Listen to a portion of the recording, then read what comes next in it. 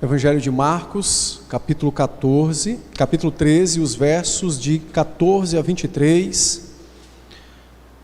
Como eu iniciei domingo passado, esse é o sermão escatológico, o sermão que trata sobre o fim, as últimas coisas. Já fizemos então uma introdução do capítulo no domingo passado. Talvez seja bom recapitular alguma coisa hoje e dar então prosseguimento à exposição do texto que vamos ler. Muito bem. Marcos 13, de 14 a 23, diz assim a palavra do Senhor. Quando, pois, virdes o abominável da desolação situado onde não deve estar, quem lê entenda, então os que estiverem na Judéia fujam para os montes. Quem estiver em cima no eirado não desça, nem entre para tirar alguma coisa de casa, ou para tirar da sua casa alguma coisa. E o que estiver no campo, não volte atrás para buscar a sua capa. Ai das que estiverem grávidas e das que amamentarem naqueles dias. Orai para que isso não suceda no inverno, porque aqueles dias serão de tamanha tribulação como nunca houve desde o princípio do fim, desde o princípio do mundo, que Deus criou até agora e nunca jamais haverá. Não tivesse o Senhor abreviado aqueles dias, ninguém se salvaria, mas por causa dos eleitos que Ele escolheu, abreviou tais dias. Então, se alguém vos disser, eis aqui o Cristo, ou ei-lo ali, não acrediteis. Pois surgirão falsos cristos e falsos profetas, operando sinais e prodígios, para enganar, se possível, os próprios eleitos. Estais vós de sobreaviso, tudo vos tenho predito. Amém. Vamos orar. Santíssimo Deus, bendito és tu que gloriosamente nos salvou em Cristo Jesus e que gloriosamente tem nos firmado e nos sustentado. Bendito és tu, Senhor, que tem nos ensinado a tua palavra, tem nos dado a conhecer verdades poderosas e preciosíssimas. E tem, pela ação do Teu Espírito e operação da Tua Palavra, tem nos moldado para sermos segundo a pessoa gloriosa do Teu Filho, o Senhor Jesus. Agora, Senhor, também Te louvamos porque podemos ouvir a Tua doce voz pela palavra pregada, e esse é o nosso desejo, ouvir o Senhor falar conosco. Por isso, dá-nos Tua bênção e encoraja-nos, exorta-nos, ensina-nos o Teu santo e glorioso querer. Quanto a esse teu servo, dá-me tua graça e tenha misericórdia de mim. Que as minhas fraquezas e os meus pecados não sejam impedimentos para que o teu povo te ouça. Então somente, ó Deus, abençoa a tua igreja, exalta a noiva do teu filho, falando de tua parte a ela. É a nossa súplica com gratidão, em nome de Jesus. Amém. Vede que ninguém vos engane, Foi o tema que nós trabalhamos domingo passado. E hoje novamente. Vede que ninguém vos engane, pois experimentaremos tribulações, perseguições, problemas virão. Vede que ninguém vos engane, disse o Senhor Jesus aos seus discípulos.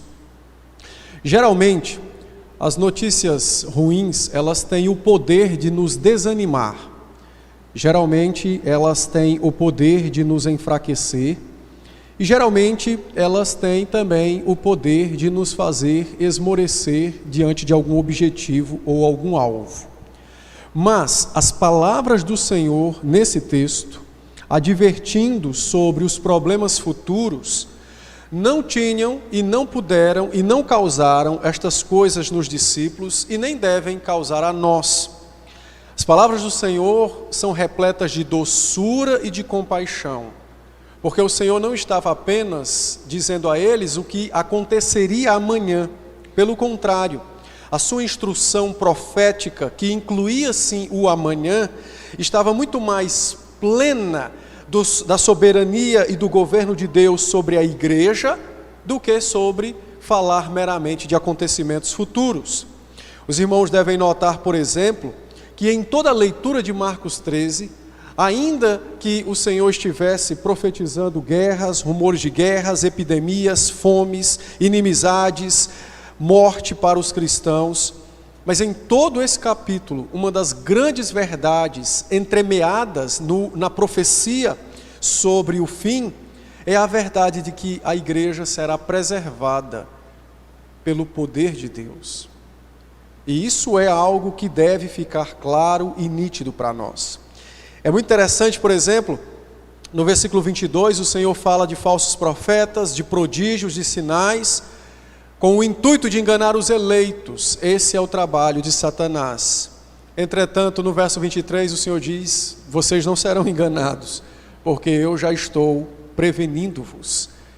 A preservação da igreja é tão certa quanto a certeza de guerras, rumores de guerras, inimizades, ódio, morte aos cristãos, catástrofes naturais e assim por diante. Os irmãos precisam lembrar daquilo que dissemos domingo passado. Essa é a última terça-feira da vida do Senhor Jesus.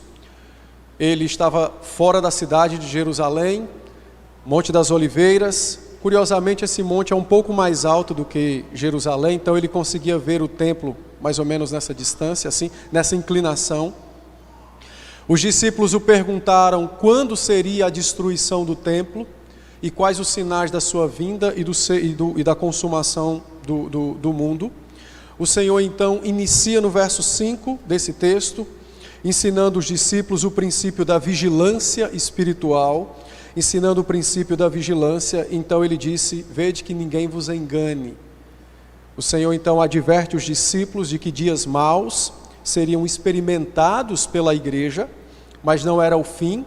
Na verdade, ele comparou como uma mulher grávida que está às vésperas, né, do parto.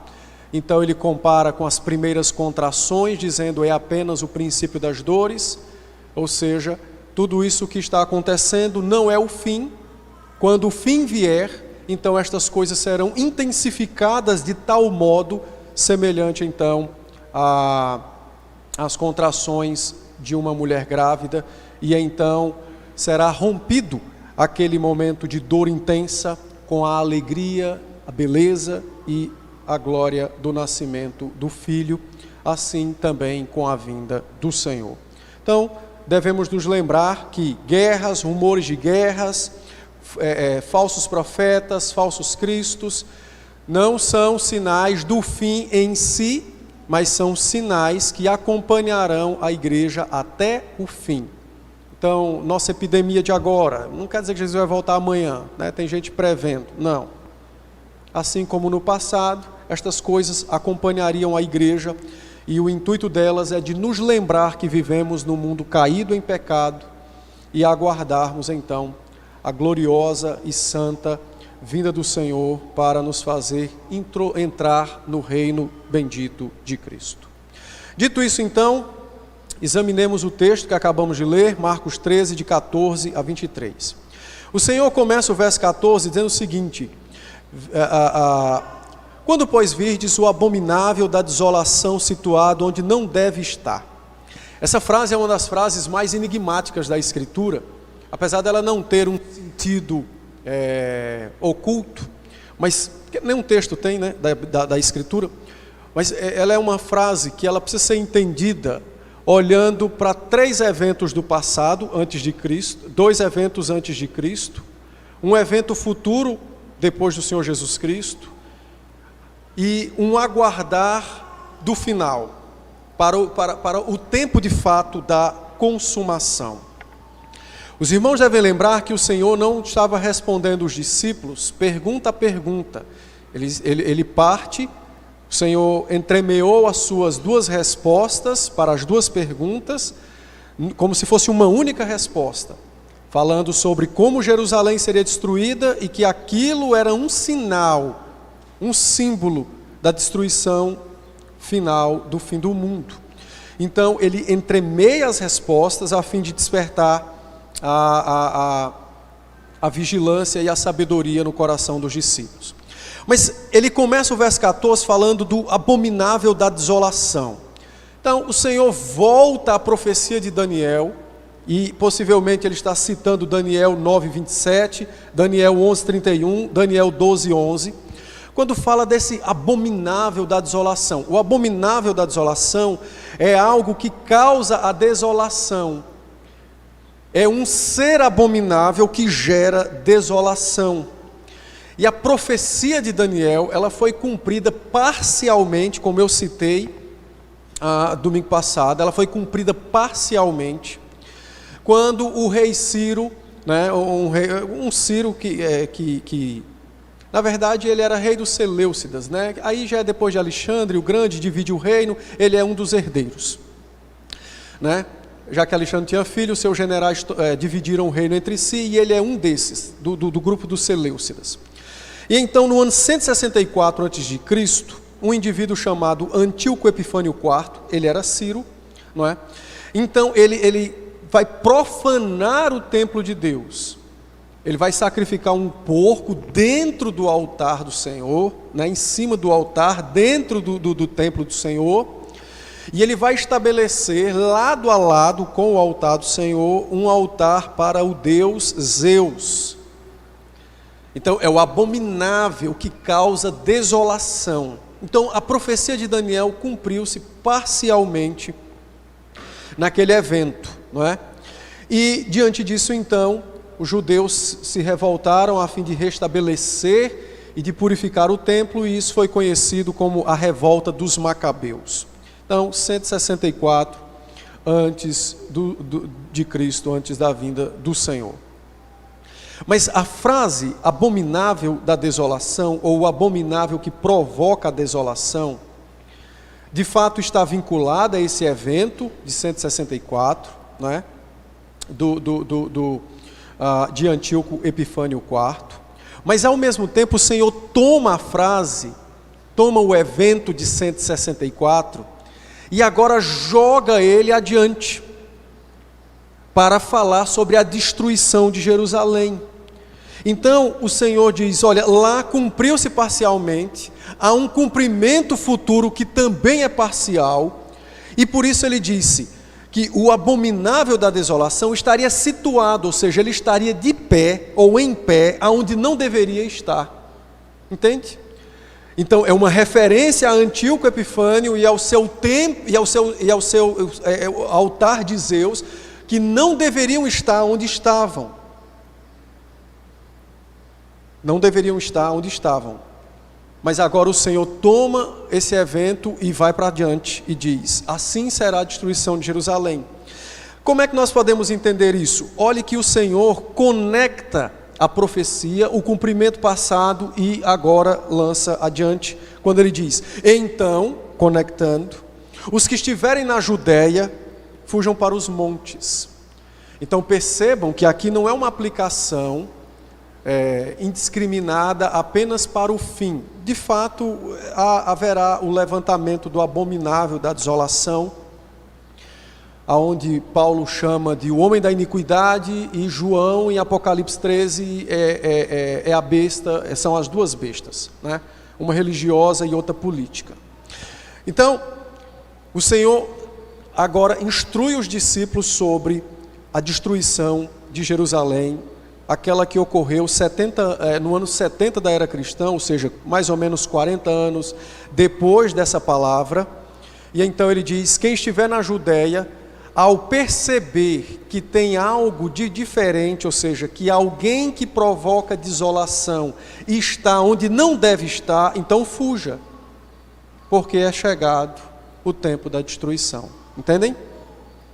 A destruição de 70, então, que foi a destruição da cidade, né, e do templo, foi o episódio em que o general Tito, que marchou desde o ano 67, né, ele então, em setembro daquele ano, ele estava dentro de Jerusalém, dentro do templo, e então, naquele mesmo mês, a cidade e o templo foram completamente arrasados. Daí a referência da Judéia e do Senhor dizer: quem está na Judéia, saia e fuja para os montes.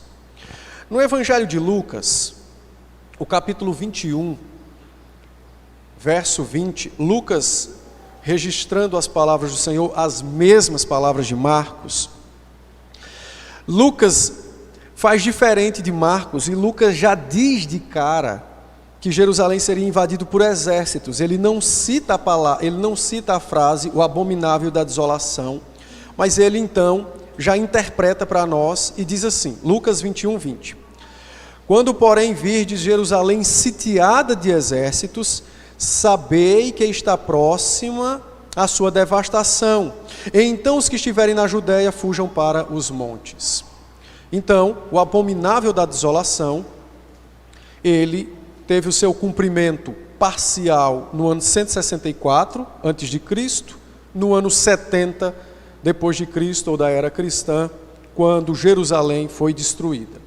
Observem, irmãos, que o Senhor esclarece, dando alguns detalhes muito nítidos dessa destruição de Jerusalém. Então, no verso 15 ele diz: quem estiver no eirado, não desça. Então, era muito comum na Palestina daqueles dias, né, as casas terem uma espécie de, como se fosse um sobrado hoje, mas um terraço. E então, aqueles que ficaram presos na cidade quando ela foi cercada, que não podiam mais sair da cidade, buscassem um lugar para se refugiar.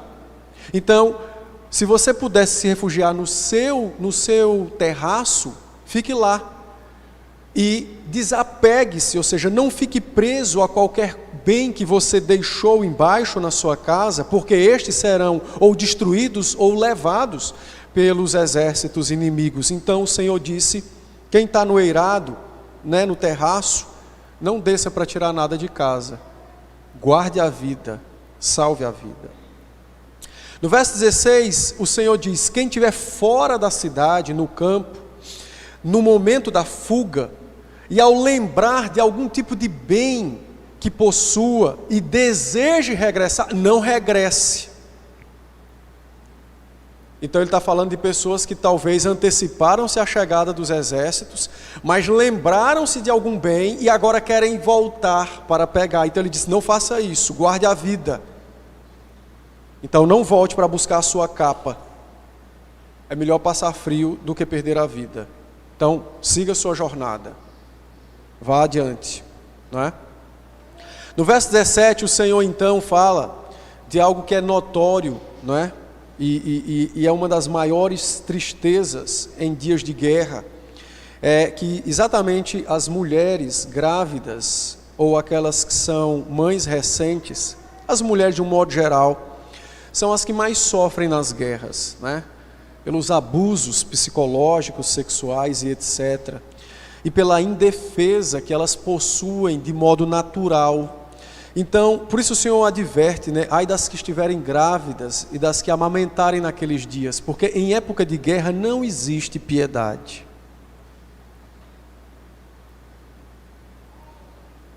Em épocas de guerra não há lei, não há direitos humanos, não há piedade. Então o Senhor adverte, não é? De que seriam de fato dias de grande choro e de grande lamento. No verso 18, o Senhor aconselha os discípulos a orarem para que este momento não aconteça no inverno, porque de fato fugir com chuva e frio é mais lento, é mais doloroso, é mais difícil. Então notem que o propósito da profecia sobre o fim não é atender à curiosidade, mas é tornar a igreja sábia e vigilante. E uma das formas de mantermos a vigilância e a sabedoria em plena atividade é manter o coração em oração. Então o Senhor disse, olhe, orem para que estes dias maus não sucedam no período do inverno, da chuva ou do frio, não é? E no verso 19 então, o Senhor descreve que aqueles dias seriam dias de uma grande e profunda tristeza, uma aflição jamais experimentada por aquele povo, não é? Porque ele diz que aqueles dias serão de tamanha tribulação como nunca houve desde o princípio do mundo e não haverá jamais. Então a desolação, a tristeza, a aflição e a morte, diz o Senhor, não darão trégua quando aqueles dias vierem. É isso que o Senhor está dizendo, não é? E em tempos de guerra, ninguém está livre da morte, por isso que ele fala de uma provação, de uma tribulação intensa, não é? De uma provação intensa. A expressão usada pelo Senhor, tribulação como nunca houve, de fato, essa expressão, ela não quer dizer que aquela destruição de 70, aquela tribulação, ela foi única, e também não quer dizer, por exemplo, que outras tribulações não sejam de grande aflição e dor. Na verdade, o Senhor Jesus sabiamente usa uma expressão bíblica. Era algo comum da Escritura, essa expressão como nunca houve. Como nunca houve, é uma expressão usada para enfatizar a dor e a tristeza daqueles dias. E não para dizer que aquilo vai ser singular no sentido de nunca mais acontecer. De fato, a destruição de Jerusalém e do templo nunca mais houve, né? Mas a ideia é de enfatizar, não é, a dor e o sofrimento. Essa mesma expressão foi usada por Moisés em Êxodo 9:18, Êxodo 24:10, não é? Êxodo 9, 18 e 24, 10, 6 e 16, é a ideia de ressaltar a severidade do juízo. É uma ênfase, né? É um aumentativo acerca da severidade do juízo divino sobre Jerusalém. E como eu citei domingo passado, cerca de 1 milhão de pessoas foram mortas naqueles dias, de todas as idades, e mais de 100 mil foram levados escravos para Roma. Então, verdadeiramente foi um evento de grande e profunda, mas profunda tristeza e sofrimento. Diante disso, eu quero fazer uma primeira aplicação, assim como o Senhor fez aos seus discípulos, mostrando-lhes que a profecia não é um prognóstico apenas nu e cru do futuro, mas é de fato uma instrução que visa despertar vigilância e sabedoria espiritual da parte da igreja. Note comigo no verso 20, quando o Senhor disse: não tivesse o Senhor abreviado aqueles dias, ninguém se salvaria, mas por causa dos eleitos que ele escolheu, abreviou tais dias.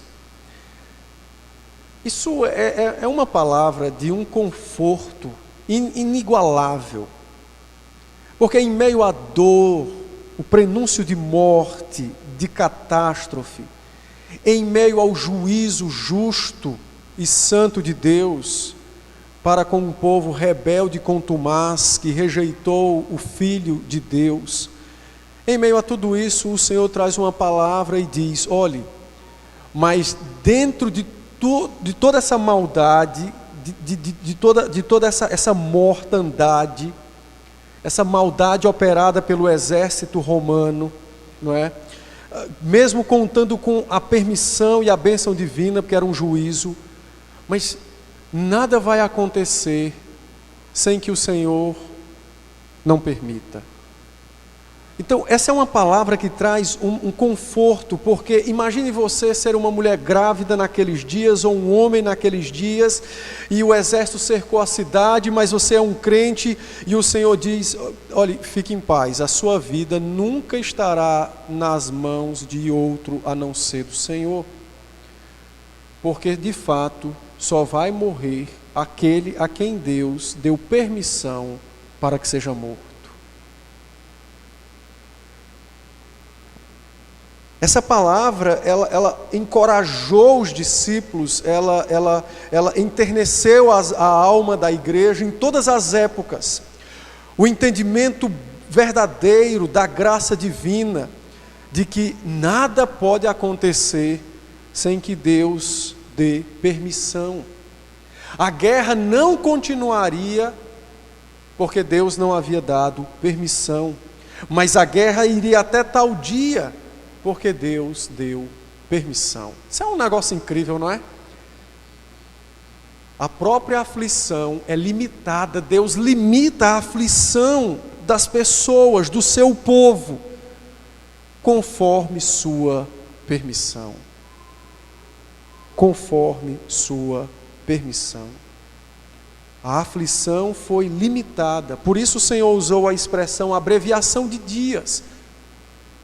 Ele limitou a dor e a morte por causa de seu povo, os seus eleitos. Ainda que Deus execute o juízo na vida do seu povo, como naqueles dias, a sua graça, a sua misericórdia estão juntas, presentes, também no juízo. Deus não deixa de ser gracioso e misericordioso quando Ele executa justiça. Ele não pode deixar de ser quem Ele é, santo, justo, gracioso e misericordioso. Então, no mesmo momento em que alguém foi visitado por ira, ao lado alguém é visitado com graça. Porque conforme o Senhor ensinou, a dor daqueles dias, o poder da espada romana naqueles dias, teve tempo determinado de atuação. O Senhor limitou, aprisionou, amarrou até a própria aflição e a morte. Ele de fato é um Deus santo, justo, que acode o seu povo. É interessante notar, porque o profeta Abacuque, quando profetizando o juízo também sobre o povo, no capítulo 3, verso 2, ele descreve a ira e diz: mas o Senhor é gracioso e nos salvará. Graça, misericórdia e ira não são excludentes. É por isso que Deus nos visita e nos disciplina quando pecamos, sem nos retirar do rol de seus filhos. Quando Deus nos disciplina por causa de algum pecado cometido por nós, isso não quer dizer que nós deixamos de contar com o seu amor e o seu favor. Não. Não. Bondosamente, graciosamente, o Senhor limita até mesmo a aflição de seu povo, quando este mesmo povo é visitado com a sua ira, com a sua justiça, com a sua disciplina. Então, essa é uma verdade preciosa para nós, né? Nós estamos vivendo dias difíceis, dias onde o medo tenta se fazer nosso Senhor, não é? Dias onde a presença de morte tenta se fazer como aquela que domina o mundo. E a palavra de Cristo é: olhe, fiquem tranquilos, até a própria aflição está debaixo de limitações divinas. Então, nos consolemos e nos confortemos em saber que a nossa vida está nas mãos de um Deus gracioso e santo. Mas em segundo lugar, eu quero tratar com os irmãos, a partir do verso 21 e 23, sobre a advertência do engano. O Senhor já tratou anteriormente sobre a advertência do engano, e agora o Senhor retoma essa advertência, não é, sobre o engano novamente. E então o Senhor disse que, então alguém vos dirá, né, ou se alguém vos disser, ali está o Senhor, ali está o Cristo, então não vá para lá, não acredite nele, não é?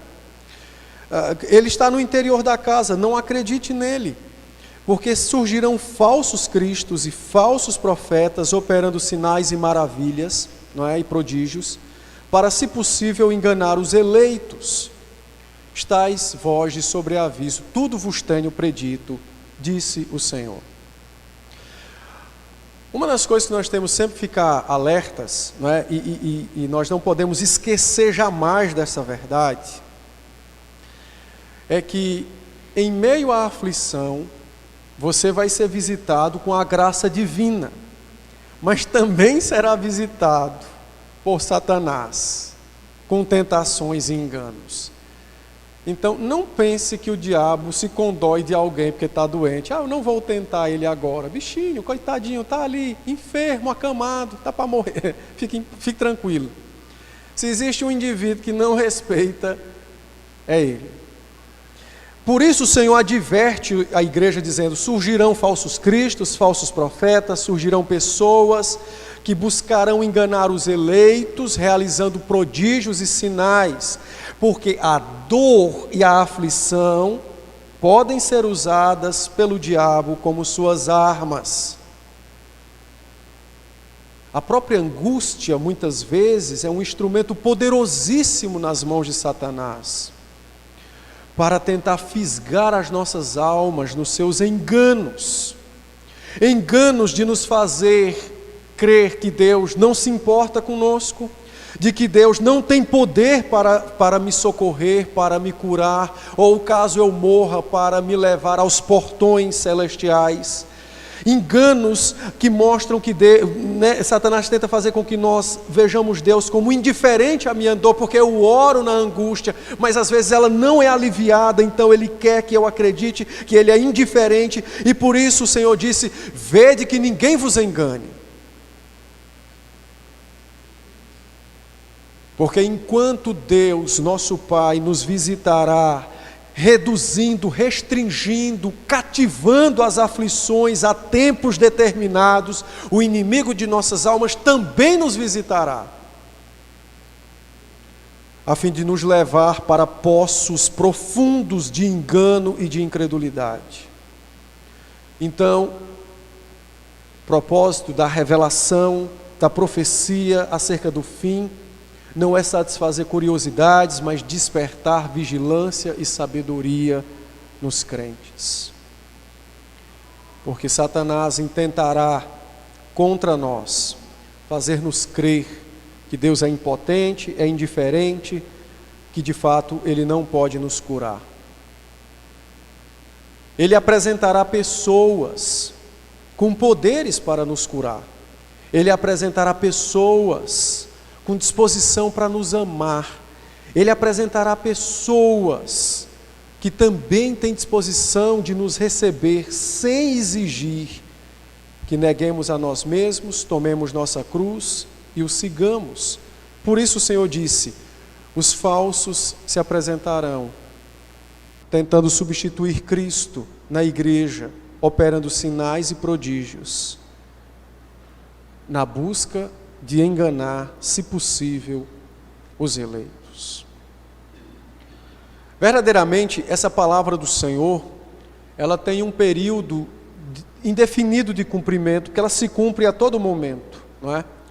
Também se deu em 70, e de lá para cá não faltam testemunhos de pessoas que tentam se passar pelo Senhor Jesus Cristo.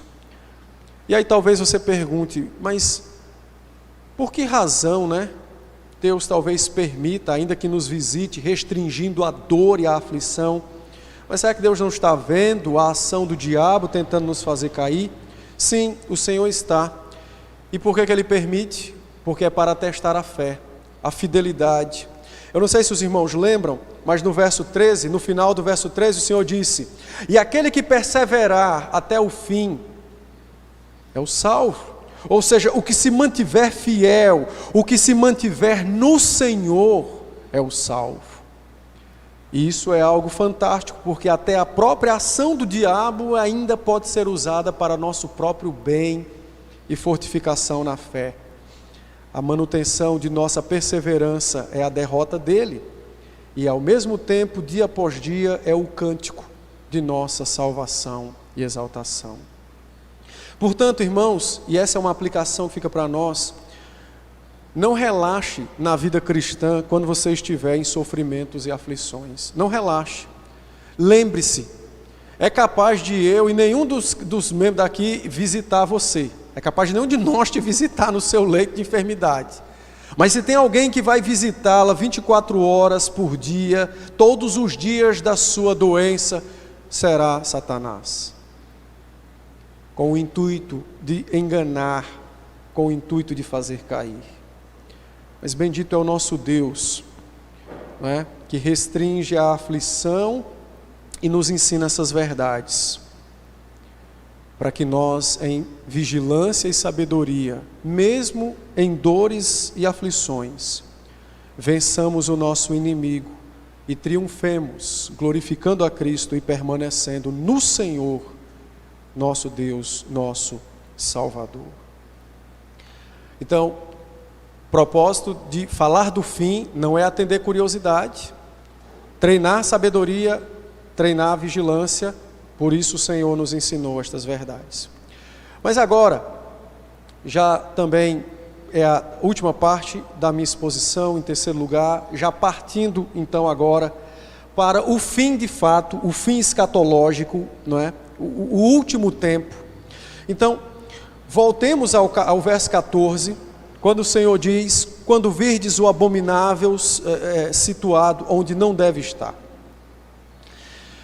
Essa expressão tanto se conecta, como eu disse, a 164 da era antes de Cristo, ao período então de Epifânio, como a era de 70, a invasão romana com o general Tito, mas ao mesmo tempo, ela também se dirige para o futuro, para um tempo que nós não sabemos e não temos como definir, mas ela também se dirige para o futuro, porque o que o Senhor está fazendo é exatamente treinando-nos na sabedoria e na vigilância. Então o Senhor toma eventos, um que passou e um que aconteceria em breve, não é? Tomando-os como antecipações de algo maior e de algo mais terrível que virá no futuro. Então o Senhor toma exemplos menores para que estes sirvam, não é? De instrumento para que nós enxerguemos de fato aquilo que virá no futuro. Então, o que o Senhor está dizendo é que, se Epifânio profanou apenas o templo físico, matando um porco e colocando um altar ali para Zeus, e se Tito destrói aquilo que era o símbolo da fé romana, o símbolo da fé judaica, não é? Tido como a casa de Deus, o lugar da presença física de Deus, mas era um prédio feito de paredes.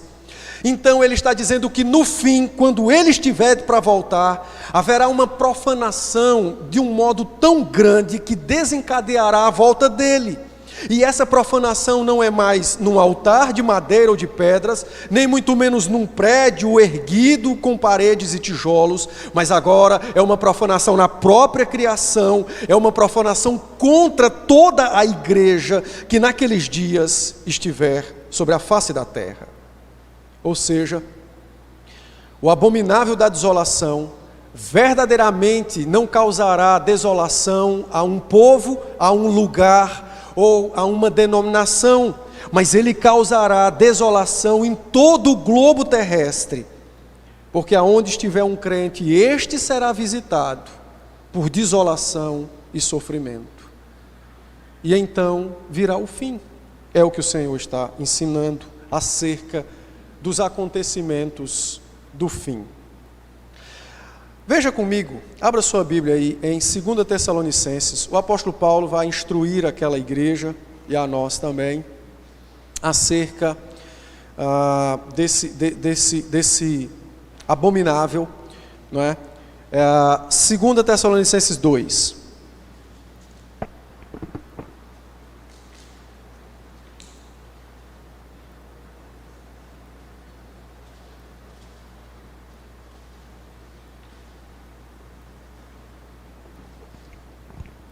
Segunda Tessalonicenses 2,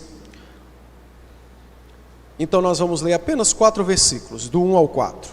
Então, o apóstolo disse assim: irmãos, no que diz respeito à vinda do Senhor, de nosso Senhor Jesus Cristo, e a nossa reunião com Ele, nós vos exortamos. Então note que toda vida que há algo que se dirige à escatologia, ao fim, sempre tem uma exortação, porque nunca é para satisfazer curiosidade ou especulação. Então nós vos exortamos, a que não vos demovais da vossa mente com facilidade, nem vos perturbeis, quer por espírito, quer por palavra, quer por epístola, como se procedesse de nós, supondo tenha chegado o dia do Senhor. Então, a mania de marcar a data da volta do Senhor não é apenas de algumas denominações, né, do século XIX, de 1800. Desde aquela época o pessoal já tinha esse negócio de querer dizer, ele vai voltar na segunda, na quarta. Então, Paulo diz, fiquem em paz, não perturbem vossas mentes com isso, porque isso não é verdade. Aí ele vai dizer, 3, que é o texto que eu quero frisar com os irmãos relacionando a Marcos. Ninguém de nenhum modo vos engane, novamente as palavras do Senhor, porque isto não acontecerá sem que primeiro venha a apostasia e seja revelado o homem da iniquidade, o filho da perdição, o qual se opõe e se levanta contra tudo que se chama Deus ou é objeto de culto, a ponto de assentar-se no santuário de Deus, ostentando-se como se fosse o próprio Deus. Então, observem que o apóstolo Paulo volta ao tema de Marcos 13, não é? E adverte a igreja daqueles dias que já estava sofrendo com essas interferências de pessoas tentando marcar a data da volta do Senhor. Então ele disse, isso não vai acontecer, fiquem tranquilos, porque antes há um evento que precede a volta de Cristo, e esse evento é a aparição do homem da iniquidade, o abominável de Marcos 13, o homem da iniquidade. E quando esse indivíduo surgir, então ele promoverá apostasia. É aquilo que Jesus disse, quando porventura o Filho do Homem vier, encontrará fé na terra. Por quê? Porque será um tempo de grande incredulidade, de paixão e amor pela carne e pelo pecado. Então este homem da iniquidade, esta abominação que provoca a desolação é provocada para a igreja, este indivíduo então encabeçará uma grande campanha em todo o mundo a fim de promover a apostasia. Como é que ele fará isso, pastor? Verso 4 nos diz que foi o que Jesus disse lá no verso 22 e 21 e 22. Veja, ninguém vos engane, o pessoal vai sair dizendo, eu sou o Cristo está ali, olha o Cristo fazendo isso. Então, o que é que esse indivíduo fará? Então, Paulo disse, este homem da iniquidade, o filho da perdição, ele primeiramente se levantará contra tudo que se chama Deus, ou seja, ele se oporá a Deus e a tudo que pertence a Deus.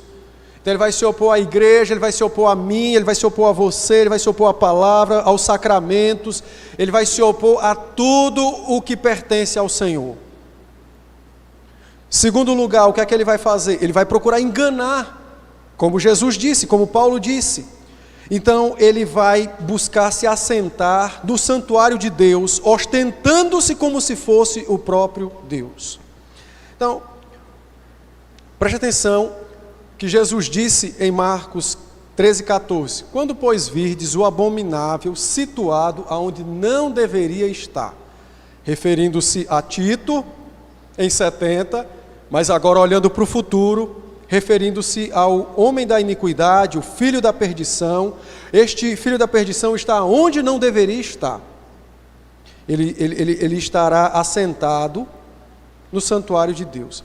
Um detalhe, irmãos, o santuário de Deus é a igreja do Novo Testamento, somos nós, nós somos o santuário de Deus. É só você ler 1 Coríntios 3,16.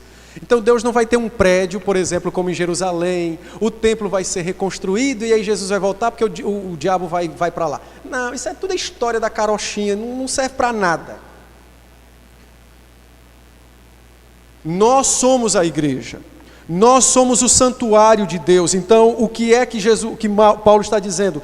Que o homem da iniquidade irá operar para enganar os eleitos dentro da igreja, no meio dos eleitos. Por isso a ordem foi, estai vós de sobreaviso, vede que ninguém vos engane. A ordem é essa porque ele se introduzirá no meio do povo de Deus, e ele então irá operar sinais e maravilhas para enganar os eleitos, ou seja, sinais e maravilhas operadas dentro da igreja de Deus na face da terra. Observem que Paulo diz que esse indivíduo, ele ostenta-se como se fosse o próprio Deus, não é? Ele ostenta-se como se fosse o próprio Deus, não é? Na verdade, ele é um blasfemador que agirá ele agirá usurpando a autoridade de Cristo sobre a igreja, e ele vai usurpar para si. ele vai profanar a fé cristã, ele vai levar as pessoas a adorarem a ele, ele vai levar as pessoas a se submeterem à autoridade dele, né? Aqueles que assim quiserem, não é? Que crerem na mentira e no engano, e tudo isso com autoridade usurpada. Por isso que Paulo disse, ele ostenta ser Deus, e ele então fará isso, não é? Se você ler Apocalipse 13, né, das bestas, que o pessoal fantasia e tal, não, é coisa simples, Apocalipse 13 é simples, a palavra é clara, ela não é enigmática. Se Deus quisesse falar em enigma, ele não tinha nos dado a palavra é clara, a palavra não é enigmática, a palavra visa instruir e edificar a igreja do Senhor. Então Apocalipse 13 fala de duas bestas, a da terra e a do mar. A do mar é exatamente este indivíduo, o homem da iniquidade, e a da terra é exatamente aquele que opera sinais, e juntos eles corroboram para que o mundo adore Satanás. Então um tem poder e o outro tem profecias, milagres, sinais para enganar. Um imita Cristo, o outro imita o Espírito. E ambos são descritos aqui pelo apóstolo Paulo como assentando-se no meio dos crentes e usurpando a autoridade que pertence ao Senhor Jesus Cristo. E assim os homens adorarão a estes, não é? E se submeterão a estes. Então, o tempo do fim virá quando se levantar o homem da iniquidade, a abominação que intentará contra a igreja do Senhor Jesus Cristo.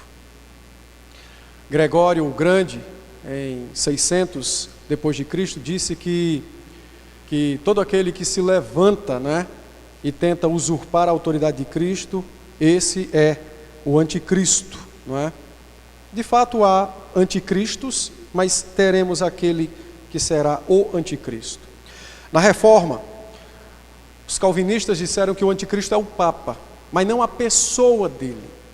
Cada um deles exerceu um aspecto anticristo, porque eles se julgam ser os vigários. A palavra vigário é a palavra latina para substituto. Eles se julgam ser os vigários de Cristo. Eles não são nada. São pecadores como eu e você e que precisam de Cristo para a salvação. Mas o posto que foi construído ali, de autoridade, de usurpação de reverência e poder por parte deles, é apenas um emblema, um símbolo, um exemplo daquilo que acontecerá no futuro, quando a igreja for visitada, né, na véspera da volta do Senhor, pelo anticristo. Dito isto então, irmãos, eu quero finalizar fazendo duas aplicações para nós. A primeira delas, que encontra-se no texto de Marcos, capítulo 13, foi o texto que nós lemos, né, no verso 23, o Senhor diz: estai vós de sobreaviso, tudo vos tenho predito. O Senhor advertiu os seus discípulos, e a mim e a você também, o Senhor nos advertiu acerca dos enganos infernais que Satanás vive operando na face da terra, e principalmente enganos que se dirigem ao fim dos tempos.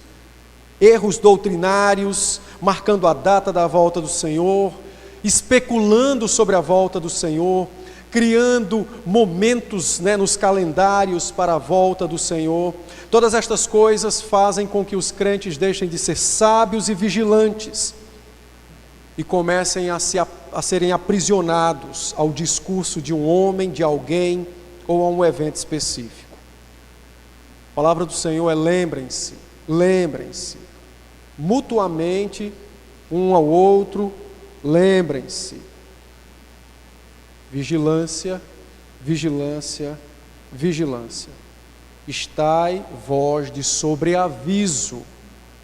Então, a palavra que mais deveria vir à nossa mente quando nós nos reportamos ao fim do mundo e à volta de Cristo deveria ser esta: vigilância, sábia vigilância advinda da palavra do Senhor.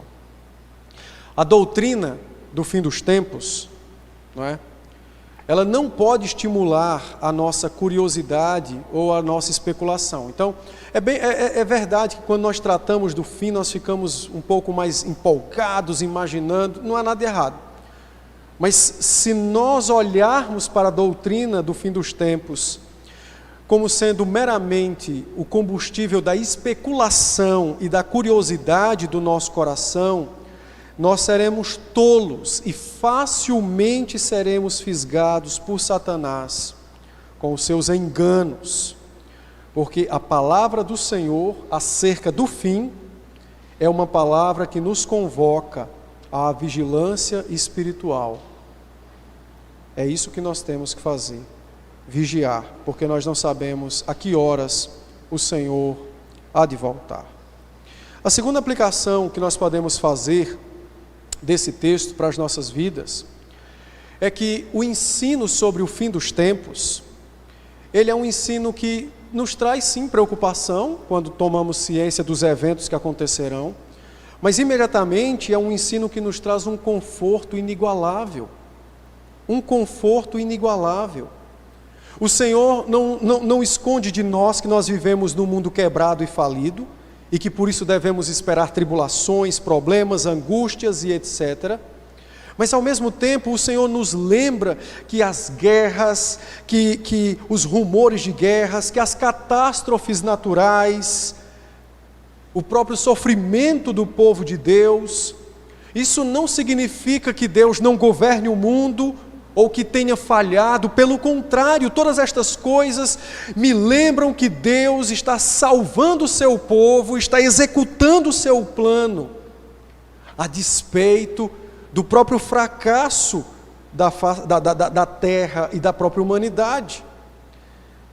O verso de número 20 é fantástico. Deus salva os seus eleitos, Deus protege os seus eleitos em meio a uma guerra. Em meio a uma guerra. Catástrofes, guerras, inimizades, ódio, todas estas coisas nos lembram que estamos debaixo ou vivendo num mundo caído, num mundo falido. Todas elas nos lembram o desafio de vivermos na presença de Deus, e todas elas nos lembram que Deus cumpre o seu plano de salvar os seus eleitos a despeito destas coisas. Então, é uma palavra que nos encoraja, que nos traz conforto, é uma palavra gloriosa. É uma palavra gloriosa. E você pode e deve aplicar esta verdade à particularidade da sua vida. As suas tribulações, elas também são visitadas com o conforto e o auxílio e o poder de Deus. Nossas tribulações estão debaixo de limite estabelecido pelo Senhor. Nossas tribulações são instrumentos que nos lembram e nos desafiam a viver diante desse Deus bendito que dirige todas as coisas, inclusive a minha dor. Nossas tribulações nos estimulam à vigilância contra o inimigo que impiedosamente me tenta a cair em pecado, mesmo em meu leito de enfermidade. Então, nossas aflições não são motivos para nos esmorecer na fé, pelo contrário, são circunstâncias que nos desafiam à vigilância, a experimentar conforto, a experimentarmos mais da providência divina nas nossas vidas. Como o apóstolo João escreveu em Apocalipse 22:20, depois de relatar tudo aquilo, João não disse, não fiquem atemorizados, ele não disse isso, ele só disse assim, Maranata, ora vem, Senhor Jesus. A noiva diz, vem, Senhor Jesus. E assim devemos eu e você, todos os dias, dizer, Maranata, ora vem, Senhor Jesus. E até que essa oração se cumpra, que nós experimentemos conforto e consolo, sejamos sóbrios e vigilantes, e de fato honremos o Senhor, vivendo diante dEle, seja em momentos bons ou ruins, para a glória dEle, para nosso bem. Amém?